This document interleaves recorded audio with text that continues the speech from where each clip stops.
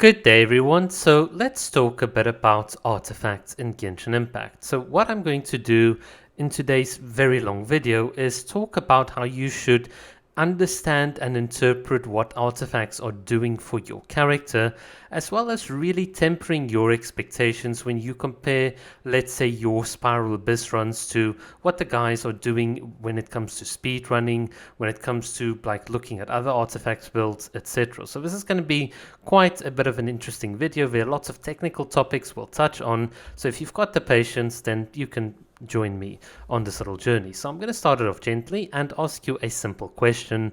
Is this a good Yaimiko build? Now, keeping in mind, we are running Kokoro's Verity, so there's a bit of crit damage there, Constellation C0, and so on.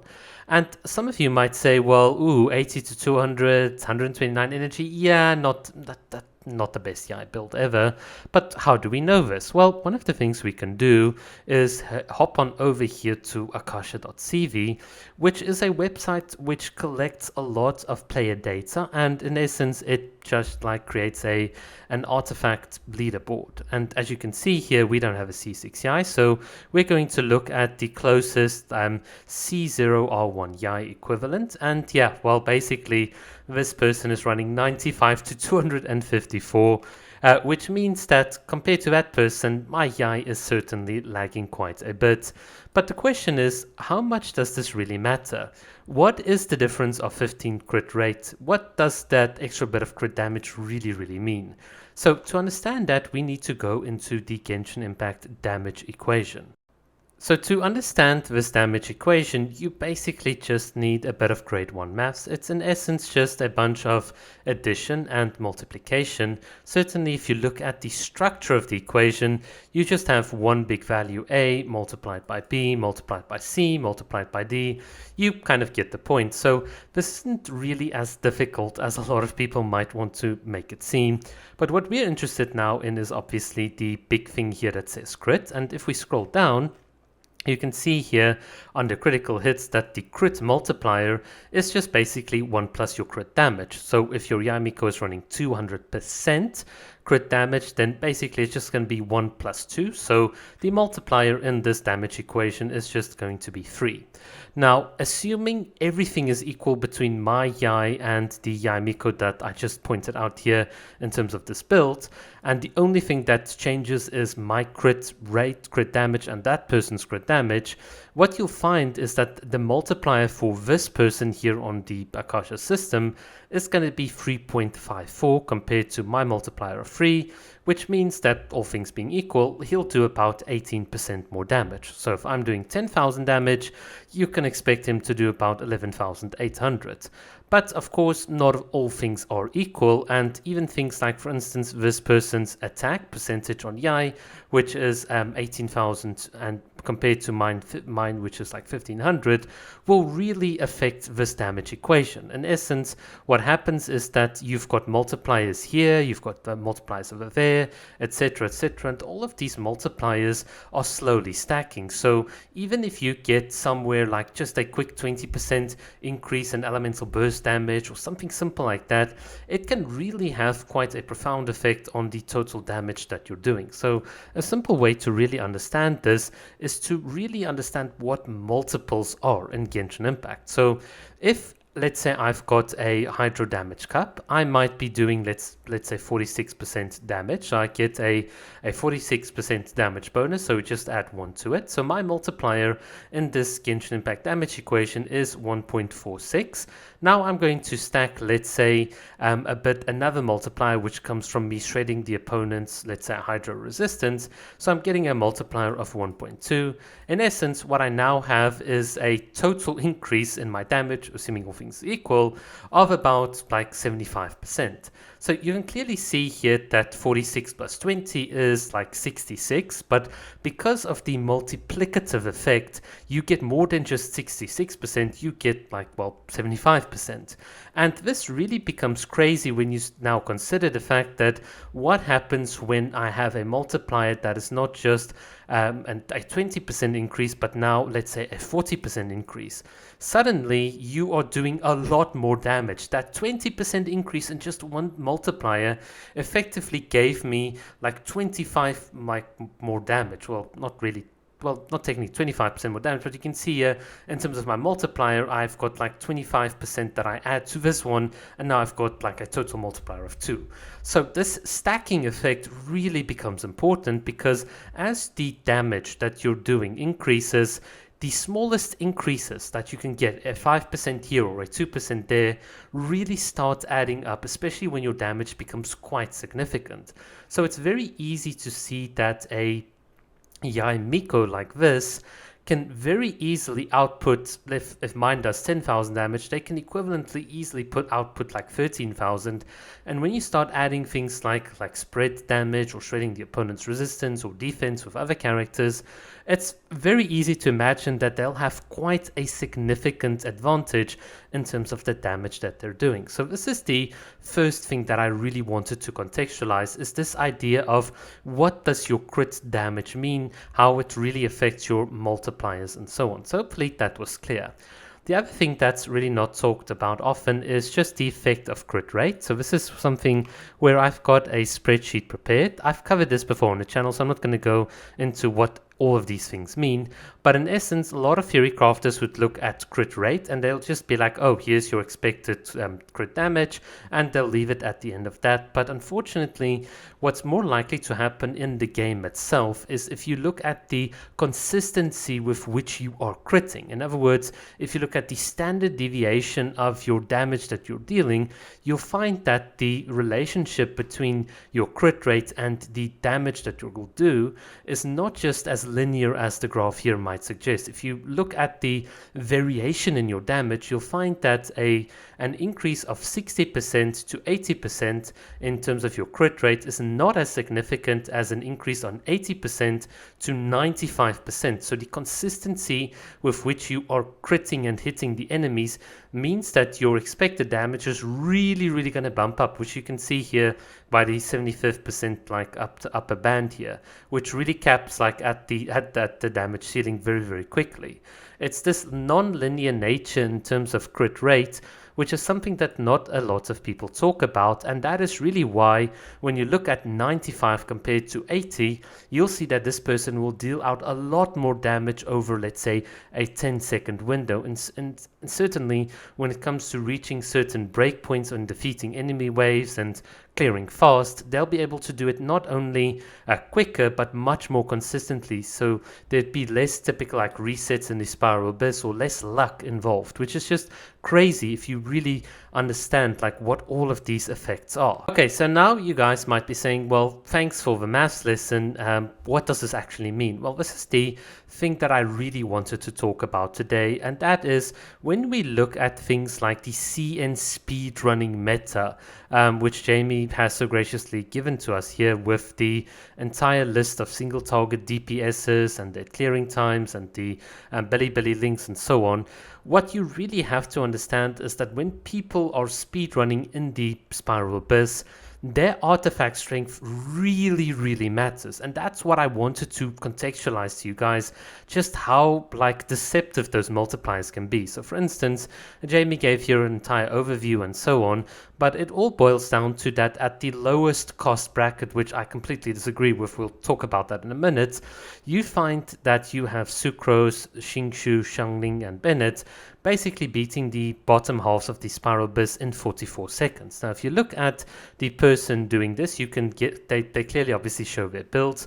What they also show you is that in the first half that they have like multiple constellations on their 5-star characters. So right off the bat, you know none of this is in any case F2P, never minding the fact that the Xiangling in this case is carrying the Wavebreaker's Fin at R5, which you didn't always have as many opportunities to gacha on, given the fact that these also don't correspond to the banners in which you'd find Xingshu, Xiangling or Bennett. Point is, even though this is pretty impressive, what you really have to be realistic about is the artifact strength that you can see. And if I look and I put it on together like a little spreadsheet here, what you'll notice is that, oops, that's way too much zoom, is that the Xingshu basically has a crit rate to crit damage of 63 to 180 using a sacrificial sword, and Xiangling has a crit rate to crit damage ratio of 70 to 163 using Wavebreaker's Fin, as well as these are the energies and the EM. So basically what you see is that if you had to replicate this artifact strength, you're looking at something that has almost near perfect rolls. So there's the crit rate like upper and lower like rolls that you can get. So I'm assuming people are familiar with how substats work with artifacts. Basically, to get this upper and to get this upper and to get these to roll consistently, it's the amount of luck that you need is just incredibly crazy. But this is once again leading into the point that I made originally.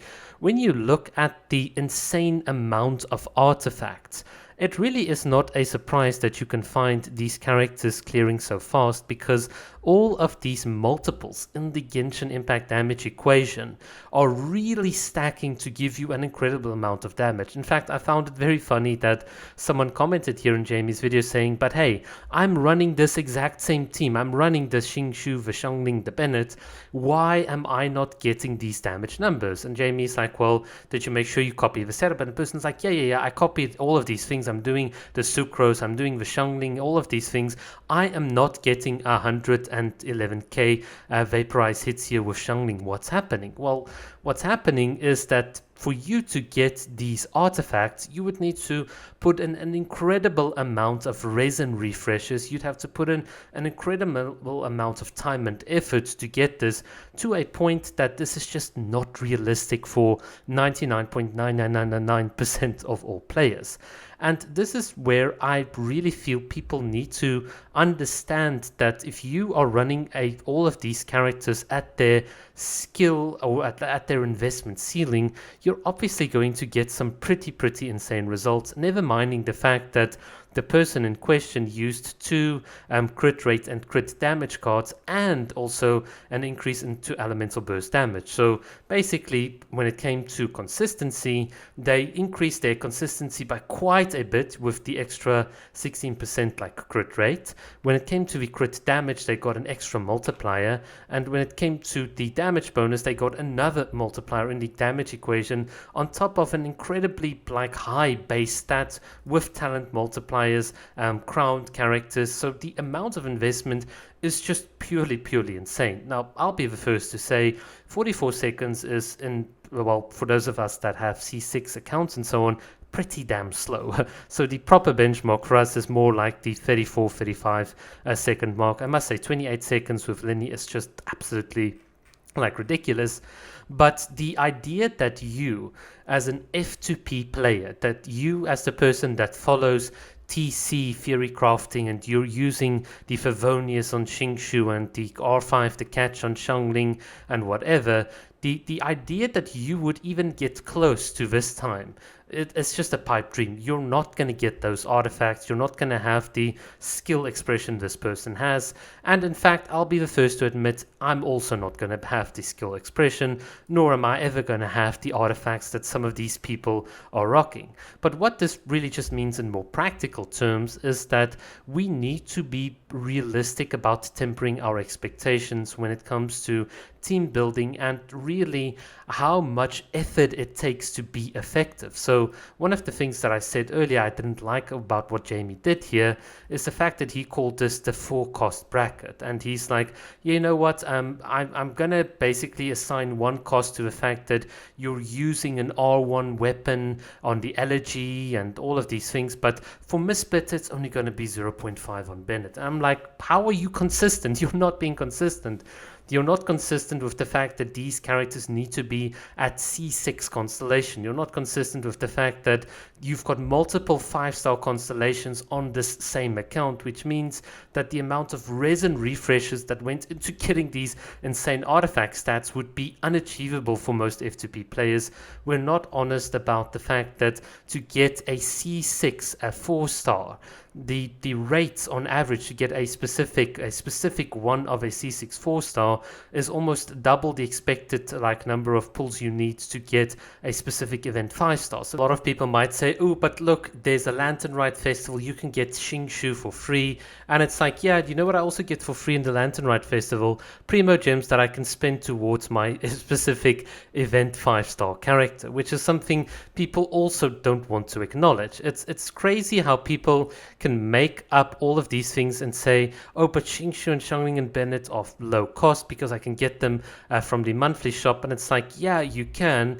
And by that extension, you've forced your account to spend resources on those things. So once again, it's almost like this self-fulfilling prophecy. These characters are brilliant because I spend all my resources into them.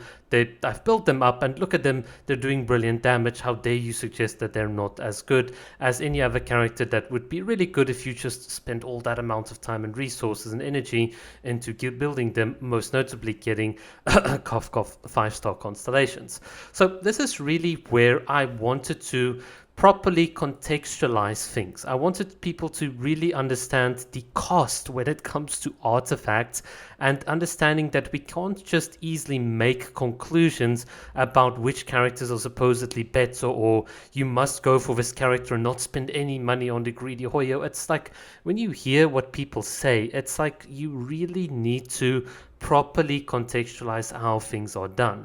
And the thing for me is, I'm interested not in what the optimal solution is, but what is going to be the best that you will do with your account. So if someone does play Xingshu, Xiangling, and Bennett, that's absolutely awesome. But if you're the type of person that really wants to play with Yae Miko, I want to ask the questions, are you playing with them optimally? So for instance, I love doing like these little VOD reviews. You can see I've got a C0 VOD review with Nilo and so on.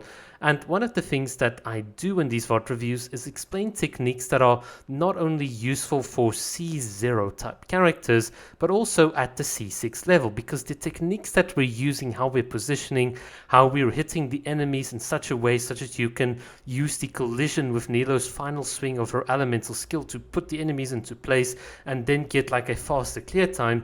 That is the sort of juicy detail that really makes things far more meaningful than having, oh, what's happening here? Than just like saying, oh, okay, I'm just going to put down a bunch of elemental burst, and then I'm just going to hit the enemy and reset until I get good enough RNG to clear the enemy as fast as possible. So this is where philosophically I do disagree with someone like Jamie in saying speedruns are not for improving your gameplay. What is really meaningful for improving your gameplay is taking an event like we had recently in Fontaine, saying, okay, you know, here is a score, here is 2 minutes, what are you going to do? How are you playing your rotations? How are you using the stage effects? This is far more meaningful in terms of improving your gameplay, because you're now thinking of more practical things. How was the enemy positioned? It's not just about, here is one big damage sponge, here is a bunch of very, very good artifacts, let me see how quickly I can do it. That to me is not Genshin Impact, and this is why I am very critical about these sorts of things, especially when people